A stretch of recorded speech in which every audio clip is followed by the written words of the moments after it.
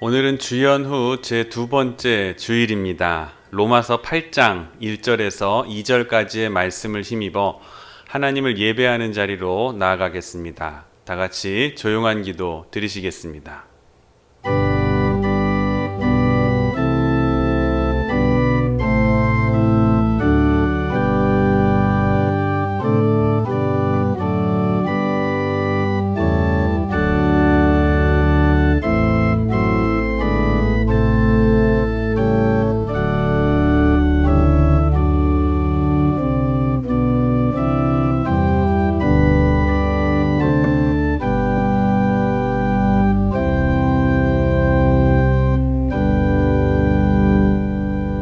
그러므로 이제 그리스도 예수 안에 있는 자에게는 결코 정죄함이 없나니 이는 그리스도 예수 안에 있는 생명의 성령의 법이 죄와 사망의 법에서 너를 해방하였음이라. 아멘.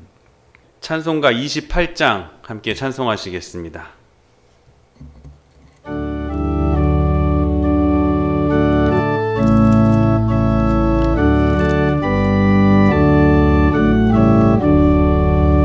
복의 근원 강림하사 찬송하게 하소서. 한량 없이 자비하심 증량할 길 없도다. 천사들의 찬송가를 내게 가르치소서. 구속하신 그 사랑을 항상 찬송합니다. 주의 크신 도움 받아 이때까지 왔으니 이와 같이 천국에도 이르기를 바라네. 하나님의 품을 떠나 죄에 빠진 우리를 예수 구원하시려고 보혈을 흘려 주셨네. 주의 귀한 은혜 받고 일생 빚진 자 되네. 주의 은혜 사슬 되사 나를 주께 매소서. 우리 마음은 연약하여 범죄하기 쉬우니 하나님이 받으시고 천국인을 치소서.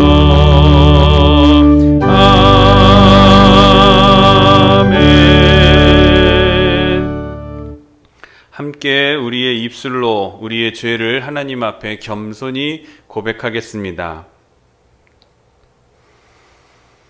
주님이 계시기에 호흡하고, 주님이 계시기에 노래하고, 주님이 계시기에 일어설 수 있습니다. 주님이 계시기에 내일을 꿈꾸며 달려갈 수 있습니다. 주님이 계시기에 악에 굴복하지 않고 싸우며 소리 높여 외칠 수 있습니다. 그런데도 세상을 보며 두려워하고 근심하였음을 고백합니다.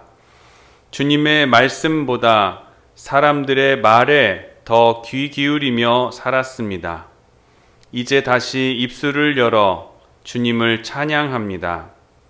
호흡이 멈출 때까지 주님만 찬양하게 하옵소서. 아멘. 이 시간 하나님과 나만이 하는 죄를 고백하며 참회의 기도를 드리겠습니다. 기도하겠습니다.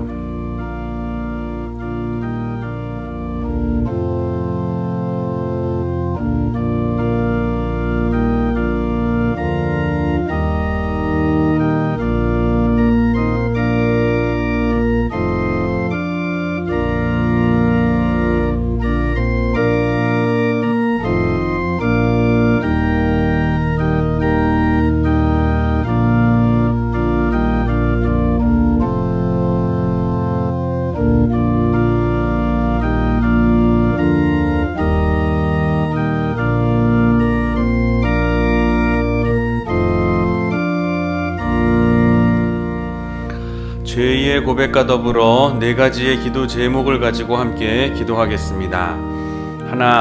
하나님께 영광이 되는 우리 교육관 건축이 될 수 있도록. 둘, 코로나19의 위협에서 속히 벗어날 수 있도록. 셋, 우리 가정의 문제와 영육 간의 강건함을 위하여. 넷, 가난과 추위로 고통받는 소외된 이웃들을 위해서 우리 함께 기도하겠습니다. 사랑과 은혜가 풍성하신 하나님 아버지, 주님의 은혜와 사랑을 진심으로 감사드립니다. 오늘도 귀한 주일 우리를 주님의 앞으로 불러주시고 그 부르심에 응답하여 이 자리에 함께한 우리 사랑하는 모든 성도들, 영상으로 대면하여 함께 예배하는 우리 사랑하는 성도들을 주님께서 붙잡아 주시고 축복하여 주시옵소서. 우리 하나님 앞에 겸손히 무릎 꿇은 우리의 무릎마다, 두 손마다 하나님의 한없는 은혜와 긍휼하심과 돌보심이 이 시간 있게 하여 주셔서 예배를 통하여 주님 꼭 만나고 돌아갈 수 있는 복된 시간 될 수 있도록 하나님께서 함께하여 주시옵소서. 우리 교회 교육관 건축 중에 있습니다. 하나님, 시작부터 끝까지 주님이 이끄시고 완벽히 하시는 일들이 되게 하여 주옵시고 좋은 날씨 허락하셔서 좋은 공사가 잘 진행될 수 있도록. 그러나 비록 시련을 극복하는, 시련이 있고 고난이 있고 어려움이 있을지라도 잘 이겨내며 극복하는 법을 배울 수 있는 신앙의 계기로 삼게 하여 주시옵소서. 코로나로 인하여 이 위협에서 속히 벗어나게 하여 주시옵소서. 사회적, 경제적으로 모든 고통받는 이들 자신의 신앙을 냉정하게 돌아볼 수 있게 도와주시옵소서. 주님이 주시는 위로의 말씀은 시편 103편 3절에서 5절까지의 말씀입니다. 그가 네 모든 죄악을 사하시며 네 모든 병을 고치시며 네 생명을 파멸해서 속량하시고 인자와 긍휼로 관을 씌우시며 좋은 것으로 네 소원을 만족하게 하사 네 청춘을 독수리같이 새롭게 하시는도다. 아멘. 교동문 60번 시편 139편에 있는 말씀을 함께 교독하시겠습니다. 여호와여, 주께서 나를 살펴보셨으므로 나를 아시나이다.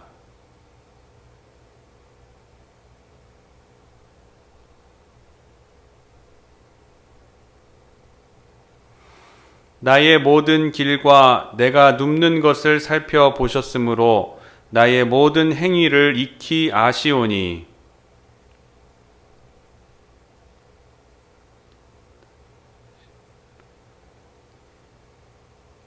내가 주의 영을 떠나 어디로 가며 주의 앞에서 어디로 피하리이까?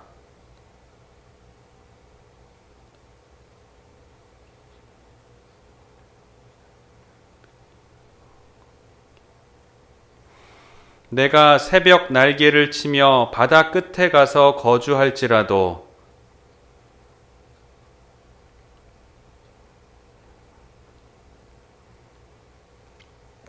하나님이여, 나를 살피사 내 마음을 아시며 나를 시험하사 내 뜻을 아옵소서.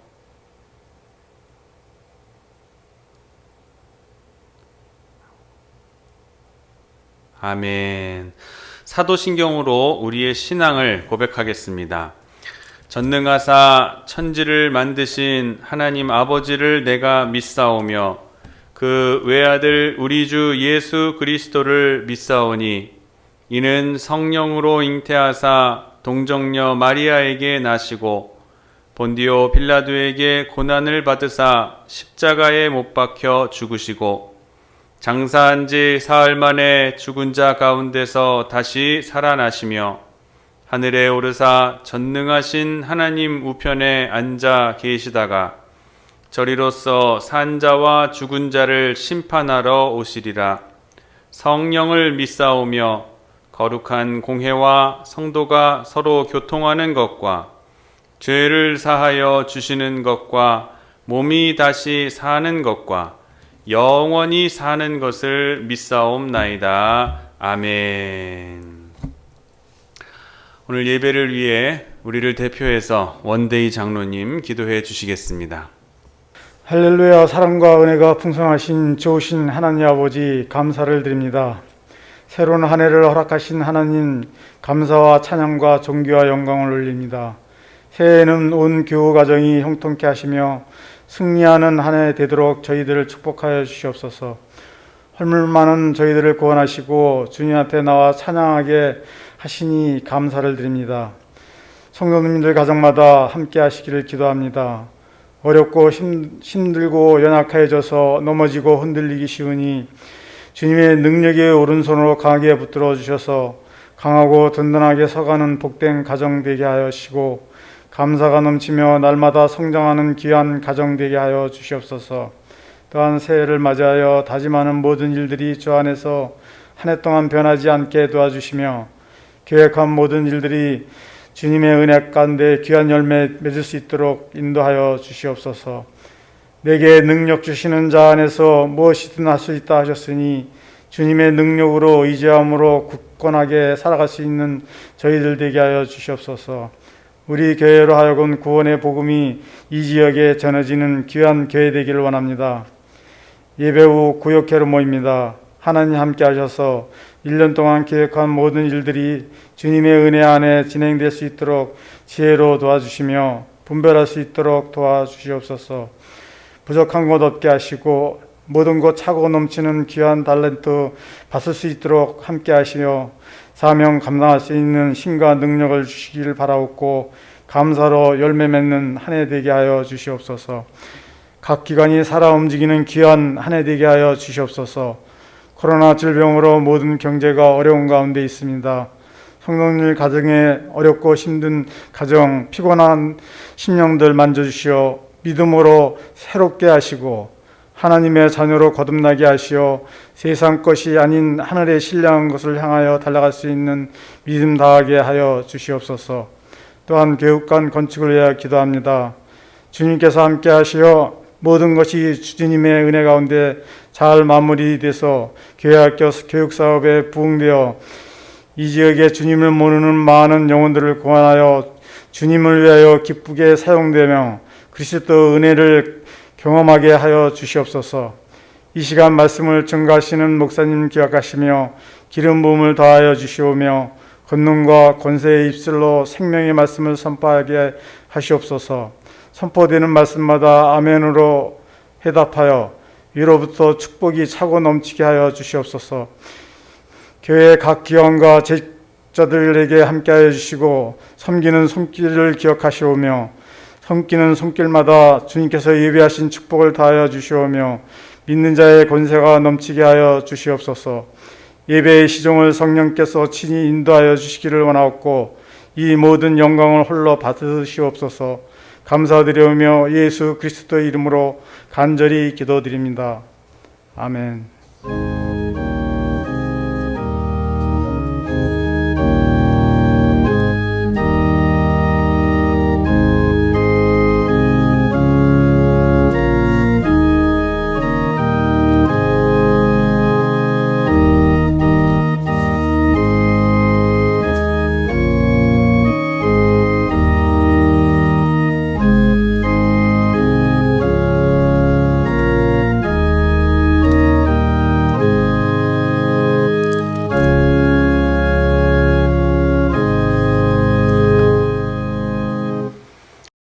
오늘 우리에게 주시는 하나님의 말씀은 마태복음 20장 1절에서 16절까지의 말씀입니다. 마태복음 20장 1절에서 16절까지의 말씀 봉독해 드리겠습니다. 천국은 마치 품꾼을 얻어 포도원에 들여 보내려고 이른 아침에 나간 집주인과 같으니 그가 하루 한 데나리온씩 품꾼들과 약속하여 포도원에 들여보내고 또 제3시에 나가보니 장터에 놀고 서 있는 사람들이 또 있는지라 그들에게 이르되 너희도 포도원에 들어가라 내가 너희에게 상당하게 주리라 하니 그들이 가고 제6시와 제9시에 또 나가 그와 같이 하고 제11시에도 나가보니 서 있는 사람들이 또 있는지라. 이르되 너희는 어찌하여 종일토록 놀고 여기 서 있느냐. 이르되 우리를 품꾼으로 쓰는 이가 없음이니이다. 이르되 너희도 포도원에 들어가라 하니라.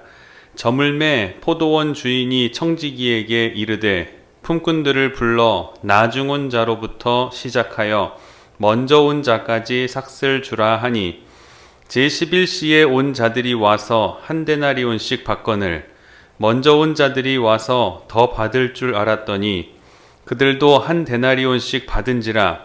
받은 후 집주인을 원망하여 이르되 나중 온 이 사람들은 1시간밖에 일하지 아니하였거늘 그들을 종일 수고하며 더위를 견딘 우리와 같게 하였나이다. 주인이 그 중에 한 사람에게 대답하여 이르되 친구여 내가 내게 잘못한 것이 없노라. 네가 나와 한 데나리온의 약속을 하지 아니하였느냐. 내 것이나 가지고 가라. 나중 온 이 사람에게 너와 같이 주는 것이 내 뜻이니라. 내 것을 가지고 내 뜻대로 할 것이 아니냐. 내가 선함으로 네가 악하게 보느냐. 이와 같이 나중된 자로서 먼저 되고 먼저 된 자로서 나중되리라. 아멘. 사랑하는 여러분 한 분 한 분을 주님의 이름으로 축복합니다. 오늘은 마태복음 20장 1절에서 16절까지의 말씀을 본문을 가지고 불공평의 공평이라는 제목으로 하나님의 말씀 증거하도록 하겠습니다. 말씀을 통해 깊은 은혜를 경험하는 시간으로 삼으시기를 간절히 원합니다. 어느 이른 아침에 링컨 대통령이 산책길에 나섰습니다. 이웃에 사는 아주 어린 형제 둘이 사이좋게 대통령 앞으로 다가왔습니다. 그들이 어찌나 귀엽던지 대통령은 뭐라도 주고 싶은 마음에 주머니를 뒤졌습니다. 그러자 주머니에는 호두 3알이 담겨 있었습니다. 그래서 이것을 그 동생에게 3알을 건네주었어요. 이것을 받아들고는 좋아라 하는 형제들의 모습을 그렸던 링컨 대통령은 그 생각과는 달리 그 의가 좋던 형제들이 서로 싸우게 되었습니다. 이 호두 3개 때문에 서로가 다투게 되는 거예요. 먼저 동생이 주장을 합니다. 대통령님께서 내게 먼저 주셨으니까 이건 내 거니까 내가 2알을 갖고 형이 1알을 가져야 돼. 그러자 그 말을 듣고 형은 형대로 또 지지 않으려고 합니다. 그게 무슨 소리야. 내가 형이니까 당연히 내가 2알을 가지고 네가 1 갖는 것이 공평한 거야. 때마침 그곳을 지나가던 한 보좌관이 이를 보고선 각하 이 아이들이 왜 이렇게 서로 다투고 있는 것입니까? 물었습니다. 그랬더니 대통령이 껄껄 웃으면서 이 아이들은 지금 3개의 문제로 다투고 있는 것이라네. 그렇게 얘기를 합니다. 3개의 문제로 다툰 거예요. 아이들한테 주려면 짝수로 주지. 홀수로 그것을 준 것이 지금 화가 됐죠. 여러분 3개의 문제가 무엇입니까? 바로 오늘 이야기 속에는 공평이 문제가 되고 있는 것입니다. 평등해야 하고 공의로워야 합니다. 그런데 문제는 어느 것이 공의이고 어느 것이 평등인지를 잘 알 수가 없을 때 저마다의 입장에서 평등과 공평을 생각하게 될 때에 거기에서 이제 문제가 시작되게 되는 것입니다. 받은 동생이 먼저 2개 갖고 형 1 주는 것도 맞고 또 형이니까 형에게 2개를 먼저 주고 동생이 1 갖는 것도 맞는 것이에요. 둘 다 맞는 이 일을 가지고 서로 격렬하게 다툰다는 것입니다. 우리 어른이라면 좀 더 다를까요? 똑같다고 생각합니다. 내 기준에 이건 맞고 저건 틀리다. 근데 상대는 저건 맞고 이건 틀리다. 서로가 이게 틀리고 맞고 하는 게 서로 다른 거예요. 그래서 서로 다투게 됩니다. 근데 하나님께서 보실 때는 어떨까요? 얘야, 그것도 맞고 저것도 맞는 일인데 너희들끼리 왜 그러느냐 하시는 마음을 가지게 되시지 않겠습니까? 누구나 공평을 말하고 평등을 말하고 진리를 말합니다. 하지만 그것은 각자 자신이 가진 견해 차이일 뿐입니다. 진정 어떻게 하는 것이 공평한 일일까 하는 이 질문, 여기에 문제가 있고 또 싸움이 있게 되는 것입니다. 분명 인간에게 있어서 평화라고 하는 것은 이 공평이라는 것에 기초를 하고 있습니다. 공평해야지 그곳에 평화가 있다는 것은 잘 알고 있습니다. 상식적인 일입니다. 그렇다면 우리는 과연 이 공평을 어떻게 이해하는 것이 바른 이해일까? 이 공평을 어떻게 우리는 느끼며 살아가야 될까? 또 나아가 이 공평을 우리는 어떻게 구현해야 할까? 이러한 것들이 과연 우리에게 이런 것들이 문제가 되고 있는 것이 사실입니다. 사실 이것은 굉장히 중요한 심각한 문제가 될 수도 있습니다. 사람에게는 고민이 있습니다. 하나는 평등하고자 하는 고민입니다. 남과 같아지려고 하는 거예요. 똑같아지려고 하는. 남이 먹는 대로 먹고 남이 입는 대로 입고 또 남이 배운 만큼 나도 배우고 싶고 남보다 못하면 불만스러워서 견딜 수가 없는 것이 그런 인간입니다. 불만스러워서 견딜 수가 없습니다. 늘 남과 같아지려고 하기 때문에 그런 것을 공평으로 지향하기 때문에 우리에게는 늘 고민이 따르게 되는 것입니다. 이렇게 사람에게는 공평하고자 하는 욕망이 있습니다. 또 사람에게는 특별하고자 하는 마음에서 비롯되는 고민이 있습니다. 우리는 늘 남들과 평등하고자 하는 욕망에서 머물러 있지 않습니다. 평등한 가운데에서 무언가 내가 특별하고자 한다는, 남보다 유별나 보이고 남보다 좀 탁월해 보이려고 하는 것을, 그런 마음을 가지고 있습니다. 주위를 한번 둘러보십시오. 특별함을 즐기는, 그래서 특별함 속에서 행복을 느끼는 사람들이 많이 있습니다. 남들이 경험해 보지 못하는 것, 나만의 경험, 그리고 나만의 것을 나만 경험하는 것으로 만족해하는 사람들, 남이 가지지 못한 것을 나만 가지고 있는 것으로 만족해하는 사람들, 또 최고여야 되는 사람들, 내가 최고여야 돼 하는 것으로 만족하는 사람들, 이런 것을 이런 사람들을 가리켜서, 이런 현상을 가리켜서 탑 크레이지라고 합니다. 이런 개별성, 나만 이게 특별하게 지나쳐버리게 되면은 여기에 부작용이 생겨나게 됩니다. 그 부작용이 바로 나 위주의 삶입니다. 나라고 하는 것에 붙들려서 동질성을 잃어버리게 되고 말아요. 그런 사람들은 우리 위주를 생각하지 못하고 삽니다. 우리라는 개념은 없이 언제나 나라고 하는 개념만 나라고 하는 개념만으로 살아가게 되는 것입니다. 이렇듯 남이 못 가진 것을 가져야 좋고, 남이 모르는 것을 알아야 좋고, 그리고 집도 옷도 외모도 행하는 일도 전부 유별나야만 만족해하는 사람, 바로 특별하고자 하는 마음에서 비롯되는 고민을 늘 안고 살아가는 사람이라고 할 수 있는 것입니다. 우리는 이 문제의 원인을 교육에서 찾아볼 수가 있습니다. 우리는 어렸을 적부터 남과 같음으로 인해서 행복한 것을 잘 배우지 못하고 자랍니다. 남들과 같은 것은 언제나 평범하고 그리고 특별하지 못하다고 생각을 하는 거예요. 언제나 너는 특별해야 된다. 너는 1등을 해야 된다. 넌 최고가 되어야 된다라고만 배워오는 거예요. 이러한 배움을 받고 자랐으니 어른이 되어서도 마찬가지이지 않겠습니까? 그러나 여기서 우리는 알아야 될 것이 있습니다. 항상 최고의 자리에는 항상 불평과 불만이 끊이지 않을 수밖에 없다는 것입니다. 만족함이 없습니다. 하루도 빠짐없이 번민에 시달리게 되는 거예요.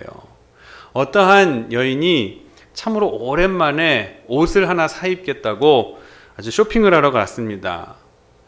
다소 좀 분에 넘치는 듯한 옷을 보고 너무 예쁘다는 생각이 들어서 무리해서 그 옷을 구입을 한 거예요. 큰 맘 먹고 샀겠죠. 근데 어느 날 그 옷을 본때 있게 입고 이제 나가고 외출을 했는데 우연찮게 마트에서 자기와 똑같은 옷을 입은 사람을 보게 된 거예요. 기분이 엉망이 돼서 돌아온 그 여인은 다시는 이 옷 입지 않을 거라고 하면서 옷을 팽개쳤다고 해요. 사실 이러한 마음을 가지고 살면 불행할 수밖에 없습니다. 저도 젊었을 때에도 특별한 경험을 바래왔던 것 같아요. 남들 다 아는 그런 것들보다는 뭔가 나는 특별한 경험, 남들 다 가는 진로로 가지 않고 나는 좀 특별한 경험을 하면서 남다른 진로와 방향을 가지고 가는 것이 어떨까? 그런 것들을 많이 추구하며 살았습니다. 근데 어느 정도 시간이 지나고 나서 생각해 보니까 보편적으로 남들이 말하는 평범하다라고 하는 인생의 모든 경험들이 정작 나는 처음 경험해 보는 일들인 거예요. 첫 대학 입학, 대학 생활, 첫 입대, 군대 2번 가는 사람 없잖아요. 첫 입대, 첫 목사 안수, 그리고 첫 사역지, 그리고 첫 결혼, 출산. 내 인생에는 이 모든 경험들이 처음 겪는 새로운 것들인 거예요. 특별한 경험이었던 거예요. 그걸 깨닫고 난 다음에는 난 다른 사람들과 똑같이 살지 않을 거야 라고 하는 말이 푸념이었다는 것을 알게 됩니다. 특별하고자 하는 마음에서 비롯되는 마음의 고민일 뿐이었다는 것을 알게 된 거예요. 여러분은 어떻게 살아가고 계십니까? 평등함에서 기쁨을 얻고 계십니까? 아니면 특별해야만 만족하십니까? 이것이 우리의 문제가 되는 것입니다. 특별하려고 하는 사람들 때문에 문제가 생겨나게 되는 것입니다. 특별한 대우를 받고자 하고, 특별한 존경을 받고자 하고, 특별한 자리를 얻고자 하고, 거기에서 문제가 생기는 것입니다. 유별난 것을 사랑하고 특별한 것을 즐기는 사람은 드문 것이 아니라 생각보다 우리 주변에 너무 많이 있습니다. 공평함을 즐길 줄 모르는 사람은 영원히 불행할 수밖에 없다는 사람임을 우리는 깨달아야 하는 것입니다. 하나님은 공의로우시고 공평하신 하나님이 되십니다. 우리의 인생과 삶을 봐도 그렇습니다. 인생이 태어나고 죽는 것이 모두 하나님 앞에 평등하고 공평합니다. 누구나 좋은 병실에 또는 좋은 환경에 잘 태어날 수도 있고, 또 누구는 어려운 환경에 태어날 수도 있고, 그렇지만 어머니 뱃속에서 모두가 맨몸으로 태어난다는 것은 동일한 사실입니다. 반대로 우리가 죽을 때도 마찬가지입니다. 아무리 수십억짜리 무덤을 쓴다 해도 그 무덤 안에 들어있는 시체는 동일한 시체로 썩는 것이에요. 썩을 시체들인 거예요. 공평하게도 모든 무덤 속의 시체는 똑같습니다. 우리의 사는 모습을 보십시오. 부하기도 하고 가난하기도 하고, 또 큰 집이 있는가 하면 아주 작은 집이 있기도 합니다. 그러나 여기에 너무 마음 쓸 것이 아닙니다. 우리에게는 달관의 자세가 필요합니다. 왜냐하면 사랑은 질량이 보존되기 때문에. 여러분 가운데서도 애초부터 가난하거나 또는 애초부터 부자였던 분은 없을 줄로 압니다. 모두들 가난도 경험하셨고 또 부함도 부하게 살아보기도 하시고. 그런데 여러분, 어느 쪽이 더 행복하다고 느껴지십니까? 어느 쪽이 더 행복지수가 높았습니까? 부하니까 행복하셨습니까? 가난하다고 불행하셨습니까? 꼭 그런 것만은 아니지 않았습니까? 부자와 거지 나사로가 있었습니다. 부자는 먹을 것이 차고 넘치니 매일 먹고 과식하고 하다 보니까 만년 이 소화불량에 시달리고 만성적인 그것이 위병이 되어가지고 몸을 망치게 됐어요. 반면 거지 나사로는 먹어도 배가 부르는 거예요. 배가 고픈 거예요. 아니, 왜 그렇게 배가 고픈지, 소화 능력이 너무 좋은 거예요. 여러분, 장이나 위에 문제가 있어서 음식이 먹고 싶어도 먹고 나면 배가 아파 못 먹는 그 고통 여러분 아시죠? 먹고 싶은 음식을 앞에 놓고도 먹으면 배가 아플까봐 못 먹는 그 마음 아시죠? 이게 만성이 되면은 먹는 즐거움마저도 사라져버리게 되고 몸이 비쩍 마르게 되죠. 왜? 먹으면 불편하니까. 그 불편한 기억 때문에 식욕이 없어지게 되는 거예요. 뭐 음식을 거부하게 되는 거예요. 부자는 음식을 앞에 놓고도 늘 먹지 못하고, 나사로는 없어서 못 먹고, 똑같이 우리가 음식을 못 먹는 상황에 놓여 있다라고 생각했을 때 부자와 나사로 두 사람 중에 어느 사람이 행복 지수가 더 높을까요? 높은 것으로 나올까요? 부자일까요? 나사로일까요? 쉽게 질문 드릴까요? 두 사람 중에 어느 사람이 더 불평, 불만 없이 살까요? 이것을 두고 행복의 질량이라고들 합니다. 행복의 질량은 어디 가든지 변하지 않고 유지가 됩니다. 무슨 말인가 하면 행복한 사람은 언제든지 어디서든지 늘 행복합니다. 반면에 불행한 사람은 어디서든지 언제든지 불행하다고 여깁니다. 똑같은 상황을 겪어도 행복한 사람은 언제든지 행복해하고 불행한 사람은 늘 불행하다고 생각을 하는 거예요. 환경이 바뀌면은 행복하게 될 것이다? 이것은 희망사항입니다. 실제로는 마찬가지예요. 적어도 우리는 이것을 알고 예수를 믿어야 하는 것입니다. 하나님은 공의로우신 분임을 믿어야 할 것입니다. 오늘 본문의 말씀은 인간의 공평의식과 하나님의 공평하심과 그렇게 만나는 이야기입니다. 하나님의 공평하심을 수용하지 못하고 불평하는 인간과 하나님의 공평하심을 깨닫고 감사하는 인간, 은혜 중심의 인간을 오늘 본문에서는 잘 대비해서 말씀해 주고 계십니다. 모름지기 우리는 하나님의 공평하심을 두말 없이 전적으로 접수해야 됩니다. 그래야 행복하게 살아갈 수가 있습니다. 그런데 하나님의 공평하심이 내 마음에 들지 않아서 늘 불평불만에 끝없는 원망에 살아가는 불쌍한 심령들이 많이 있습니다. 오늘 본문의 말씀을 보면은 천국을 포도원에 비유를 하고 있습니다.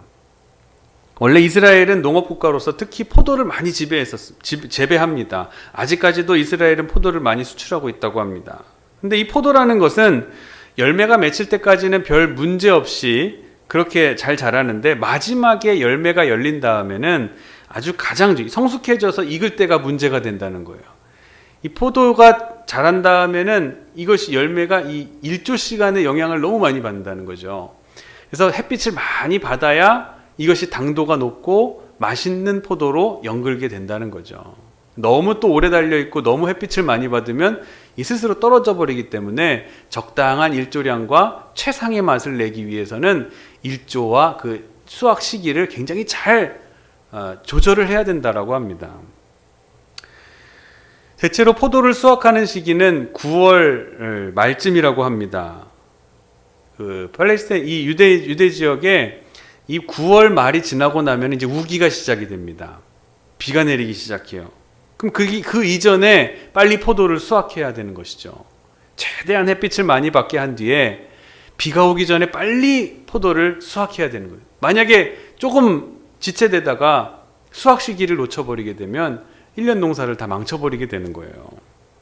그래서 서둘러 급하게 며칠 안에 전부 포도를 거두어 드려야 되는 거예요. 그래서 이 추수 때는 굉장히 일손이 많이 모자란다고 합니다. 이것이 바로 오늘 본문 말씀의 배경이 되는 거예요. 본문 말씀을 보면은 포도원 주인은 시간 나가서 품꾼을 구합니다. 품꾼을 사서 포도원에 들여보내고 있어요. 이른 아침 제3시, 제6시, 제9시, 11시 이렇게 나가서 포도원 품꾼을 계속해서 사서 일을 시키고 있습니다.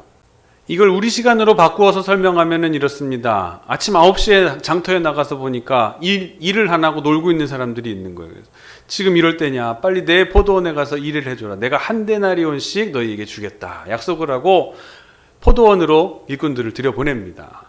잠시 뒤에 또 정오에 나가보니까 또 3시에 또 나가보니까 아직도 사람들이 여전히 놀고 있는 사람들이 있는 거예요. 그래서 그 사람들에게도 똑같이 한 데나리온씩을 주기로 하고 포도원으로 데려가서 일을 하도록 시킵니다. 오후 5시에 가봤는데도 또 놀고 있는 사람이 있어요. 아직도 빈둥거리는 사람들이 있어요. 주인은 그들에게 너희들은 어찌하여 종일 여기서 빈둥거리며 놀고 있느냐. 우리를 품꾼으로 쓰는 이가 없어서 여기 있습니다. 그래, 당장 1시간밖에 남지 않았지만 우리 포도원에 와서 일을 해라. 내가 너희들의 품삯을 챙겨주겠다. 일을 허락합니다. 일을 하도록 허락합니다. 이 이야기에서 나타내고자 하는 주제가 무엇일까 곰곰이 생각해 보면, 하나님께서는 모든 사람이 일하기를 원하신다는 거예요. 노는 사람이 없이 모든 성도가 일하기를 원하신다는 거예요. 그런즉 너희 중에 나중된 자가 먼저 되리라 라고 하시는 말씀은 일하는 자가 먼저 된다라는 거예요. 너희가 먼저 되어서 나태하고 빈둥거리며 장터에 서 있을 그럴 때가 아니라는 거예요. 비록 마지막 1시간 남겨두고 들어온 사람이라 할지라도 일하라는 거예요. 일하라! 일하는 사람이 먼저 될 것이다 말씀해 주고 계시는 겁니다. 이미 기회를 놓쳐서 일할 시간이 1시간밖에 남지 않았는데요, 걱정 말아라. 들어와서 일하기를 바라는 거예요. 하나님께서는 모든 사람이 자신의 포도원에 와서 일하기를 원하신다는 거예요. 이것이 하나님이 우리를 향해 가지고 계신 뜻이라는 것을 잊지 마시기를 바랍니다. 일하셔야 됩니다. 다시 본문을 보겠습니다. 일이 모두 끝나고 저녁이 되자 주인은 청지기에게 명해서 품삯을 나눠주기 시작합니다. 맨 나중에 온 사람들부터 시작해서 이미 약속한 대로 한 데나리온씩을 건네줍니다. 이것을 보니까 맨 처음에 온 사람들은 저 사람한테 한 데나리온을 주는 걸 보니까 나한테는 한 서너 데나리온이라도 더 얹어주겠지 하고 생각하는 겁니다. 그런데 이들이 받은 것 역시 한 데나리온밖에 받지 못하는 거예요. 그들은 주인에게, 아니 나중 온 사람들은 똑같이 우리보다 조금 일했는데 우리와 똑같이 우리는 종일토록 더위와 수고를 더위를 견디면서 우리가 이렇게 일을 했는데 어떻게 저 사람들과 우리를 똑같이 한 데나리온씩 주는 것이 평등한 것입니까? 불공평합니다. 이건 불공평한 처사입니다. 원망을 하고 있어요. 이 원망에 대해서 주인이 무엇라고 대답합니까? 친구여, 내가 내게 잘못한 것이 없노라. 내가 나와 한 데나리온을 약속하지 아니하느냐. 이것을 가지고 가라. 나중 온 이 사람에게 너와 같이 주는 것이 내 뜻이니라. 내 것을 가지고 내 뜻대로 할 것이 아니냐. 반박할 수 없는 말씀이죠. 어떻게 하는 것이 공평한 것입니까? 오늘 말씀에서 귀한 복음이 여기 게시되고 있는데 몇 가지 한번 살펴보겠습니다. 그럼 인간이 생각하고 있는 평등은 무엇이냐? 인간들이 생각하는 평등이라는 것은, 우리들이 생각하는 평등이라는 것은 대체로 산술적입니다. 계산적이에요. 2시간 일했으면 2시간만큼 받는 것이 당연한 거고, 10시간 일했으면 10시간만큼 더 많이 받는 거, 하루를 전부 일했으면 그만큼의 품삯을 받는 것이 평등하다고 생각합니다. 산술적으로 따지려고 하는 공평함이 우리 안에 남아있는 거예요. 두 번째, 우리에게는 기계적인 공평함이 있습니다. 이것은 우리 모두에게 적용됩니다. 합리적으로 판단해 보십시오라는 거예요. 생각해 보면 합리적이 무엇인지 한번 생각해 보세요. 이게 기계적인 공평입니다. 세 번째로 율법적인 공평이 있습니다. 율법적인 공평, 내가 일을 했으니 내가 받는 것이 당연하다고 생각을 하는 거예요. 내가 일한 만큼 받았으니 나는 고마워할 것이 없다라고 생각한 것이죠. 당연히 받을 것을 받은 것이라고 생각을 하는 거예요. 근데 여기에 문제가 있습니다. 일한다고 그 일한다는 것 자체가 은혜라는 생각을 잊어버리게 된 거예요. 장터에 서서 빈둥거릴 때는 누가 나 써주기만 하면 좋겠다라는 마음으로 생각을 하고 있었는데, 정작 그 바램대로 그 주인을 만나 포도원에 들어가서 일하게 되었는데, 일하고 나니까 이제는 개구리가 올챙이적 생각을 하지 못하는 거예요. 내가 일한 것이 내가 일한 것을 내가 받는 것이 당연한 일이다. 율법적으로 생각하게 되는 것입니다. 기회를 나에게 준 주인에 대한 감사는 온데간데 없어지고, 다만 일한 데서 얻는 데의 품삯으로서의 보상, 율법적인 관계에서만 생각하게 되는 것이에요. 이것이 인간이 생각하는 공평함입니다. 우린 또한 경제적인 차원에서만 공평을 생각합니다. 돈으로만 모든 것을 환산하려고 해요. 똑같은 것을 줬으면 똑같은 것을 받아야 된다라고 생각해요.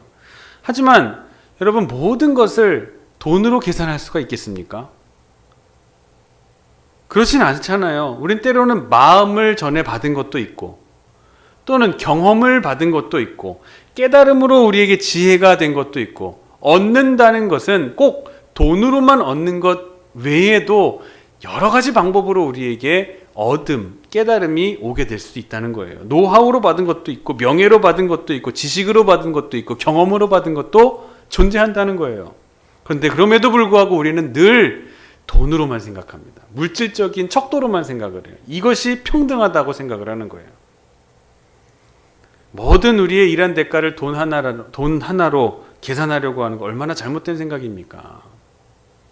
때로는 우리에게 데나리온 말고도 은혜로 주시고 경험으로 주시고 능력으로 체험케 하시고 경험으로 누적되는 이득을 우리에게 주시는데 늘 우리는 하나님 앞에 보이는 것만 내놓으라고 얘기할 때가 얼마나 많은지 모릅니다. 인간적인 평등의 계산법으로 하나님의 영적 가치를 척도로 판단하려고 하는 거예요. 내게 주어지는, 내 손에 얹어지는 이 한 데나리온, 경제적인 공평만 공평으로 생각하는 우리의 모습, 여기에는 반드시 크게 문제가 생기게 되어 있습니다. 반드시 문제가 생기게 됩니다. 그렇다면 하나님의 기준에서의 평등은 과연 무엇일까? 하나님의 평등, 공평하심은 어떠합니까? 탄력적이고 융통성이 있는 균형, 공평입니다. 어떤 품꾼은 하루 종일 일했습니다. 그런가 하면 어떤 품꾼은 기회를 얻지 못해서 하루 종일 빈둥거리다가 마지막에 와서 1시간 일했습니다. 그럼에도 불구하고 주인의 입장에서는 먼저 온 사람이나 나중에 온 사람이나 모두가 고마운 거예요. 빨리 걷어들여야 하는 이 수확의 때, 추수의 때에 도움을 준 것이 무척이나 고맙고 감사한 거예요. 그래서 주인의 입장에서는 모두가 고마워서 자신의 포도원에 들어와서 일해 주었다라고 하는 것만으로도 감사해서, 그래서 아주 융통성 있게 저들을 공평하게 대하는 것을 볼 수가 있습니다. 또한 하나님의 공평하심은 일방적이기도 합니다. 이것은 주인의 뜻입니다. 다 같이 일하는 것이 주인의 뜻이에요. 동시에 내 것을 가지고 내 생각대로 하십니다. 내가 너와 약속한 것은 한 데나리온이며 원망하지 말고 수직적 관계에서 이해하라라는 거예요. 하나님의 공평하심에는 이러한 의미가 담겨 있습니다. 우리는 오늘 본문에서 주인과 품꾼 사이에 정확한 공의가 이루어지고 있음을 발견하게 됩니다. 나아가 하나님의 공평하심은 지극히 은총적입니다. 하나님께서 우리 모두에게 일할 기회를 주셨습니다. 특별히 늦게 온 사람 입장에서는, 이미 기회를 잃어버렸던 사람들 입장에서는 이것만큼 고마운 일이 또 있겠습니까? 온전히 은혜로 지금 주어지고 있는데 은총으로 받아들이고 있게 되는 거예요. 하나님께서는 우리가 이렇게 공평이라는 것을 이해하기를 원하신다는 거예요. 우리는 모두 하나님의 은혜 안에 공평합니다. 그리고 그 공평은, 하나님의 공평하심은 우리 인간들에게 지극히 인격적으로 역사하십니다. 한번 말씀을, 우리 주인의 의중을 깊이 생각해 보면서 읽어 보시겠습니까? 의미를 생각해 보면은 오늘 주인이 품꾼이 일한 데에 대한 보상으로 품삯을 주려고 하는 것이 아니라는 것을 저는 느꼈습니다. 일한 데에 대한 대가를 주려고 그들을 불렀다기보다는 품삯을 주기 위해서 일거리를 주었다는 생각이 들지 않으십니까? 저는 그게 더 와닿습니다. 우리가, 주인은 모두가 와서 일하기를 원하는데, 그리고 일한 거에 대한 그 은혜를 누리기를 원하는데, 보상을 누리기를 원하는데, 보상을 누릴 방법을 알지 못하는 일꾼들은 장터에서 빈둥대며 서 있었다는 거예요.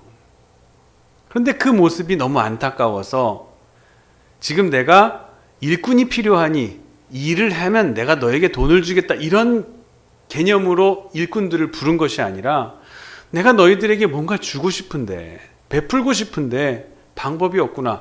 우리 모두 같이 포도원에 들어와서 일을 하자. 그러면 내가 너희에게 공평하게 베풀리라 라고 하시는 그 하나님의 마음이 이 본문 속에 느껴지지 않으시냐는 거예요. 느껴지지 않으십니까? 인간의 불평은 저마다 자기의 평등 계산법으로 인해서 불평하게 됩니다. 내가 생각하기에 이건 공평한데, 이게 평등한 것인데 라는 생각에 아무리 생각하다 보니까 자꾸 불평등, 불만만 생겨나게 되는 거예요. 그러므로 이것이 좀처럼 채워지질 않습니다. 왜? 각 사람마다 다 평등과 공평이 다른, 기준이 다르기 때문에. 그리고 막상 평등 의식이 충족된다 할지라도 그 평등된 관계 속에서 뭔가 난 특별하기를 원합니다. 나는 좀 특별했으면 좋겠는데, 난 특별 대우를 좀 받았으면 좋겠는데, 평등하지 못할 때는 모두가 평등하기를 요구하면서 주장을 합니다. 그런데 막상 모든 이들에게 평등이 주어지게 되면 그 평등한 곳 중에서 나는 좀 특별해졌으면 좋겠다, 나를 좀 특별 대우해 주셨으면 좋겠다라는 생각이 일어나게 되는 것이 인간의 마음입니다. 그렇지 않아요? 여기에 시기가 생기고 질투가 생기고 끝없이 문제가 생겨나게 되는 것이에요.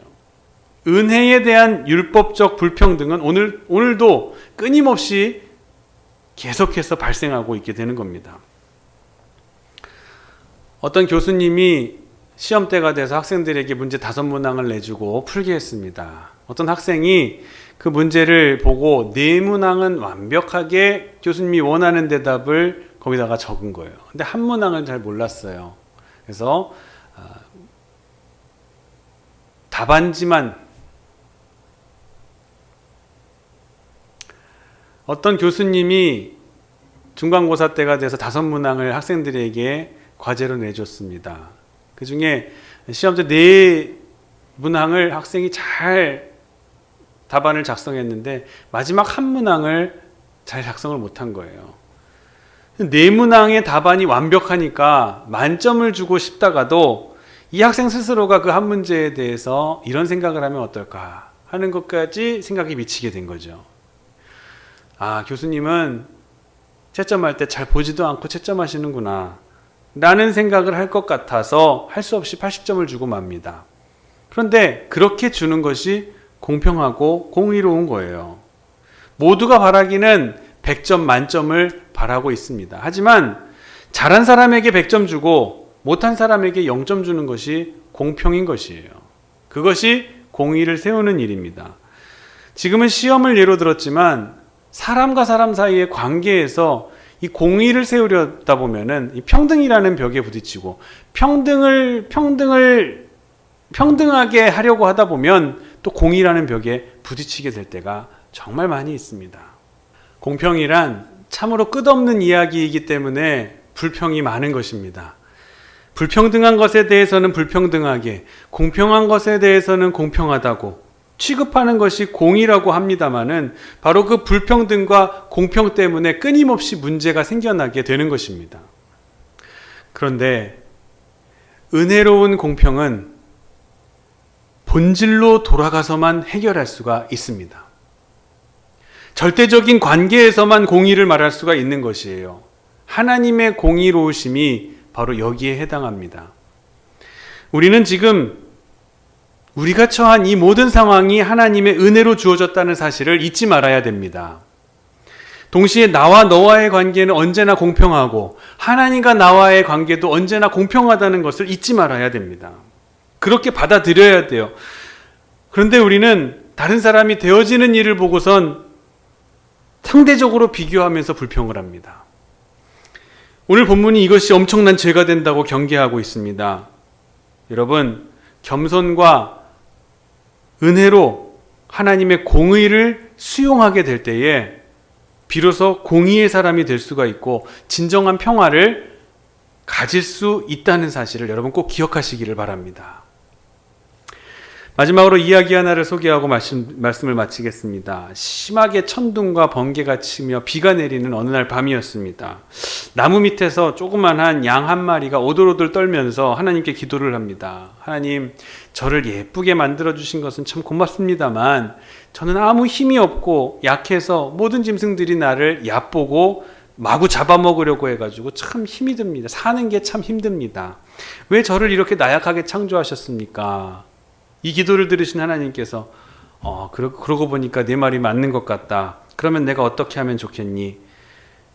내 이빨을 옥리로 만들어주고 발톱은 아주 날카롭게 만들어주면 되겠느냐라고 물으셨어요. 그랬더니 양이 육식동물이 돼서 다른 동물을 잡아먹고 사는 것은 전 싫습니다. 저는 그저 풀만 먹고 사는 것이 좋습니다. 라고 대답합니다. 그러니까 하나님께서 그러면 뱀과 같이 맹독을 내 입에 만들어주랴? 넣어주면 되겠느냐? 아닙니다. 뱀은 모든 동물이 싫어합니다. 미워합니다. 저는 그렇게 남들에게 미움받고 싫은 그런 것을 받으면서 살 수가 없습니다. 살고 싶지 않습니다. 그러면 염소가 가지고 있는 뿔이라도 좀 얹어줄까? 아닙니다. 뿔이 생기면 남을 들이받고 싶은 마음이 들어서 오히려 뿔이 없었으면 좋겠습니다. 그러면 어떻게 하면 좋겠느냐라고 물으시는 하나님의 물음에 이 양이 곰곰이 생각을 해봅니다. 그랬더니 그러더니 이대로 그냥 놔두시는 게 좋을 것 같습니다.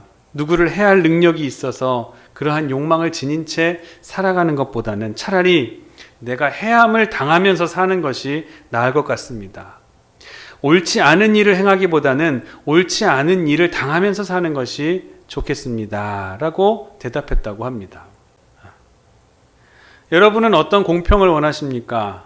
남이 가진 것을 해쳐서 가져서 같아지는 것을 공평이라고 여기면서 살고 계십니까? 아니면 차라리 내가 해를 당하면서 내 것을 뺏기면서 살아가더라도 그것이 아름답다라고 여기며 살아가시겠습니까? 오늘 말씀을 적어도 들었다면 후자의 사람으로 살아야 되는 것이에요. 왜? 오늘 한 데나리온을 내게 주신 것으로 만족하며 받아들이고 감사할 줄 아는, 그리고 다른 사람이 나보다 적게 일했지만 그 사람이 한 데나리온을 받았다 할지라도 그것을 그 사람에 대한 베푸신 하나님의 은혜로 알고 함께 기뻐해 줄 수 있는 사람으로 사는 것이 하나님께서 우리를 향한 뜻이라는 걸 알고 살아가는 은혜 중심의 사람이 될 수 있는 것입니다. 은혜 체질이 된 사람, 은혜 중심으로 사는 사람에게는 불평과 불만이 있을 수가 없습니다. 남이 나보다 좀 더 받았다고요? 그건 하나님의 은혜고 내가 그것을 기뻐해 주면 되는 거예요. 내가 좀 덜 받았을 수도 있죠. 그러나 그것은 하나님의 불공평하심이 절대로 아닙니다. 여러분에게는 여러분의 것을 모두 허락해 주실 거예요. 내게 주신 것을 만족하고 족한 줄로 여기며 감사하며 이것을 날마다 내게 주신 은혜로 여기면서 사는 사람에게는 하나님께서 그 사람에게 더 큰 은혜로서 채워주실 것이라는 걸 여러분 꼭 잊지 마시기를 바랍니다. 오늘 하나님의 평등이 무엇인가? 공평함이 무엇인가? 이것을 한번 깊이 묵상해 보는 시간이 되시기를 원합니다. 여기에 진정한 행복이 있고 또 기쁨이 있다는 것을 오늘 깨닫고 돌아가시는 저와 여러분 되시기를 주님의 이름으로 간절히 축원합니다. 기도하시겠습니다. 우리는 언제나 평등을 외치지만 그것은 율법적이며 기계적이고 산술적인 평등으로밖에 될 수가 없었습니다. 참된 평등이 아니었기에 그 평등 속에서 늘 우리는 불만족한 삶을 살 수밖에 없었습니다. 하지만 하나님의 은총 안에 공평하심이 우리의 기준이 될 수 있을 때에 우리는 하나님의 공의에 수긍하게 될 것임을 오늘 알게 되었습니다. 아버지 하나님, 진정한 행복은 주님의 뜻을 깨달을 때에 온전히 이루어지게 된다는 사실을 잊지 말게 하여 주옵시고 불평할 것 없이 내게는 언제나 공평하신 하나님, 변함없는 신뢰로 하나님을 고백할 수 있는 우리 모두가 되게 하여 주시옵소서. 그리하여 다른 이들에게 베푸시는 은혜에 대해서도 우리가 함께 기뻐하며 함께 즐거워할 수 있는 은혜 체질로 우리의 체질을 확 바꾸어 버릴 수 있는 역사가 오늘 우리에게 일어나게 하여 주시옵소서. 감사드리며 거룩하신 예수 그리스도의 이름으로 간절히 기도하옵나이다. 아멘. 함께 찬송가 323장 찬송하시겠습니다.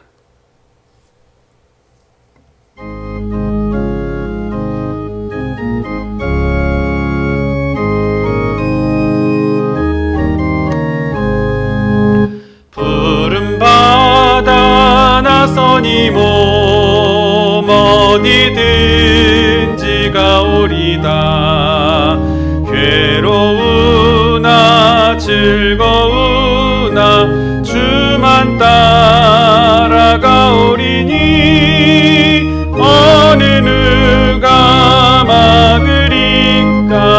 죽음이 늘 막으리까. 어느 누가 막으리까.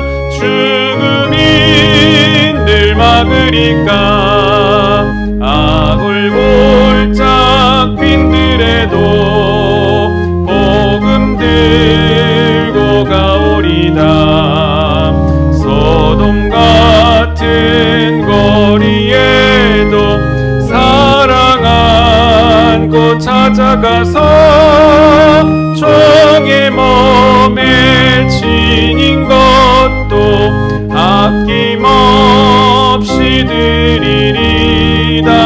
종의 몸에 지닌 것도 아낌없이 드리리다. 존귀 영광 모든 권세 주님 홀로 받으소서. 멸시천대 십자가는 제가 지고 가오리다.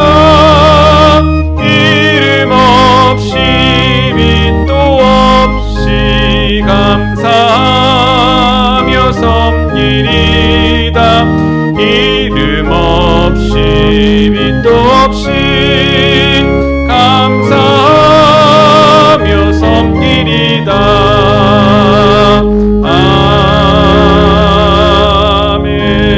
아멘. 드려진 예물 위에 기도하겠습니다. 주님 감사합니다. 주님이 주신 사명을 감당하기 위하여 애쓰고 수고하는 모든 이들에게 큰 복을 내려 주시옵소서. 맡겨주신 일들을 잘 감당할 수 있도록 지혜와 힘과 능력을 허락하여 주시옵소서.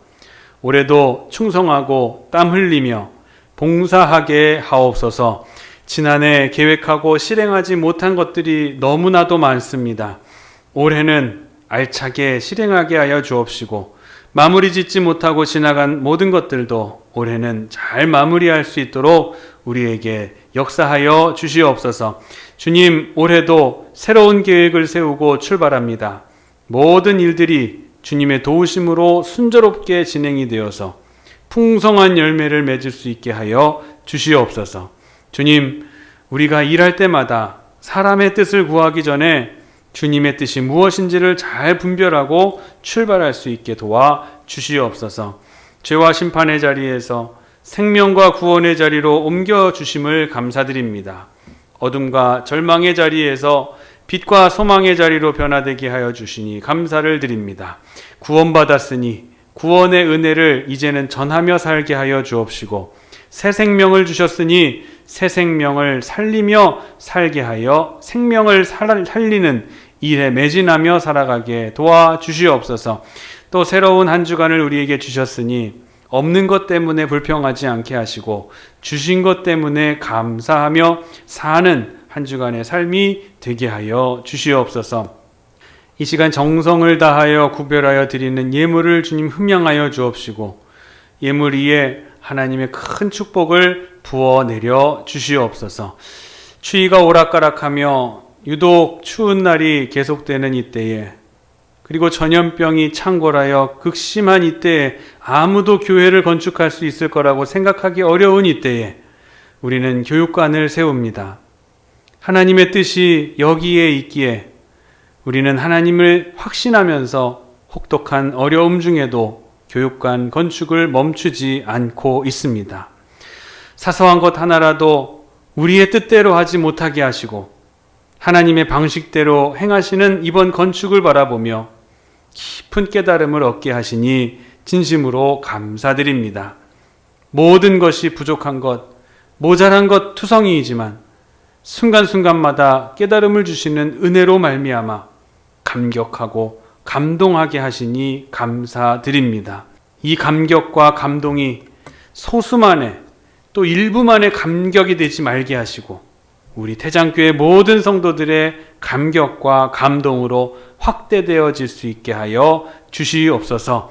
이 건축을 위해서 기도하고 매진했던 모든 성도들에게 큰 복을 내려 부어 주셔서 이러한 축복이 이전에도 없었고 이후에도 없을 큰 영광으로 삼을 수 있는 간증의 때를 보내게 하여 주시옵소서.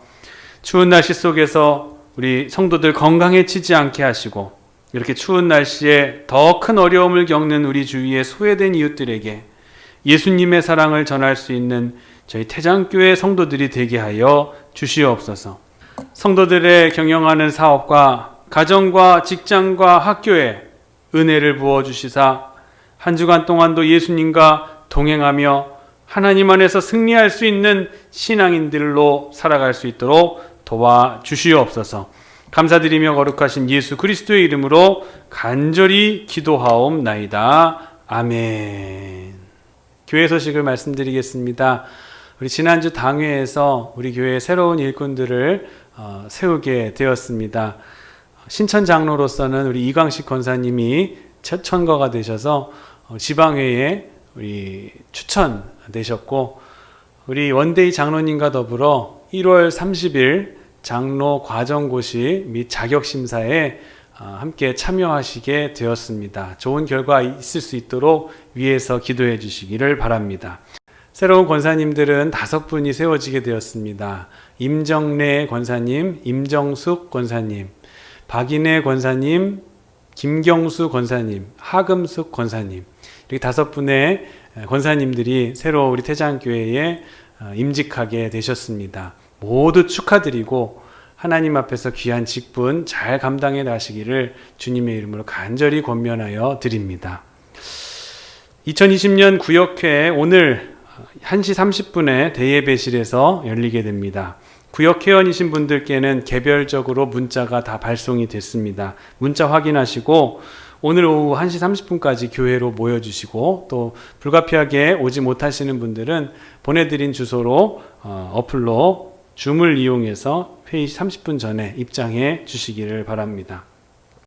수원 영통지방 장로 과정고시 및 자격심사가 1월 30일 토요일 오후 2시 매원교회에서 있게 됩니다. 시험이 굉장히 어렵습니다. 어려운 만큼 열심히 준비하고 계시는데 우리 교회에서는 1년급의 원데이 장로님, 그리고 이번에 당회에서 청거되신 이광식 권사님이 신천반에 응시하시게 됩니다. 좋은 결과 있도록 또 우리 좋은 일꾼들로 세워지실 수 있게 되기를 바라는 마음에 모두가 응원해 주시고 관심 가져주시기를 바랍니다. 2021년도 강단미화로 봉헌하시기를 원하시는 분 게시판에 이름과 함께 감사 제목을 적어주시면 됩니다. 하늘양식 구입 신청을 받습니다. 신청 문의 모두 장기한 전도사님에게 하시면 되겠습니다. 연말정산을 위한 기부금 영수증 발급 신청을 받고 있습니다. 신청 못하신 분들 빨리 신청해 주시기를 바랍니다. 다 같이 찬송가 550장 파송 찬송하시고 난 뒤에 축도하심으로 오늘 예배 마치겠습니다.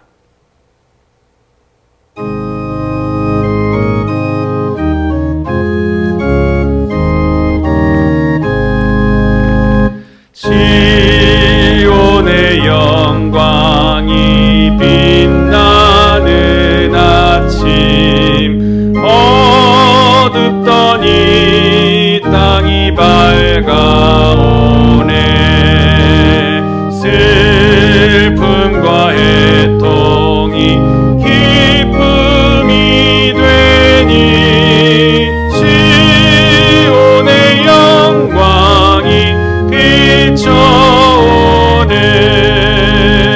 시온의 영광이 빛나는 아침 매였던 종들이 돌아오네 오래전 선지자 꿈꾸던 복을 만민이 다 같이 누리겠네 보아라 광야에 화초가 피고 말랐던 시냇물 흘러오네 이 산과 저 산이 마주쳐 울려 주 예수 은총을 찬송하네 땅들아 바다야 많은 섬들아 찬양을 주님께 드리어라 싸움과 죄악이 가득한 땅에 찬송이 하늘에 사무치네